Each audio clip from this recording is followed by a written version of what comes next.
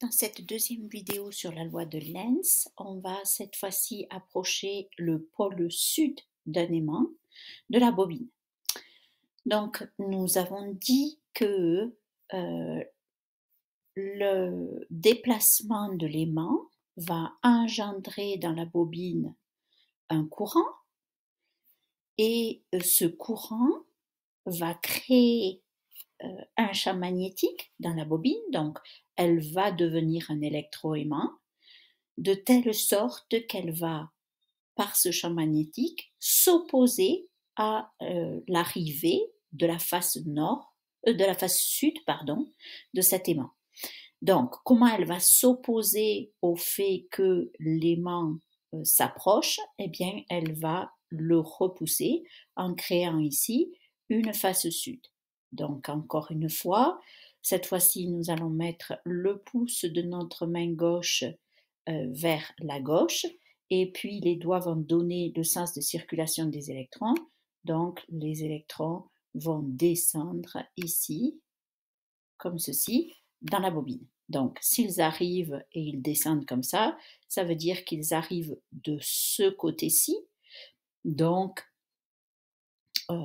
ce serait, si vous voulez, le côté ici serait la borne moins et ici, ce serait la borne plus.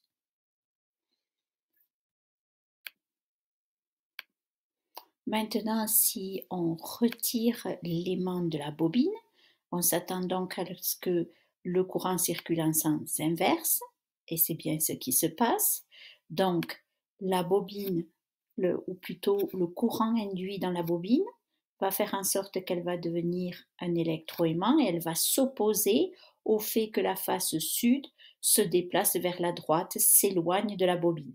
Donc, elle va créer une force d'attraction en devenant ici une face nord et de ce côté-ci une face sud.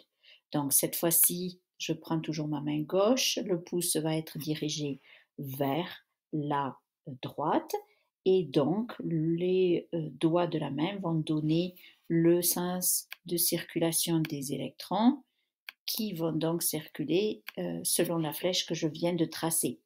Donc, s'ils circulent comme ceci, ça veut dire que ici aussi, ils circulent comme ça, et donc ils viennent de ce côté-ci. Ça, c'est la porte d'entrée, si vous voulez, ou l'entrée des électrons. Donc, si on fermait le circuit, cette fois-ci, le fil du bas serait la borne moins, et ici, la borne plus. Donc, voilà pour la loi de Lenz.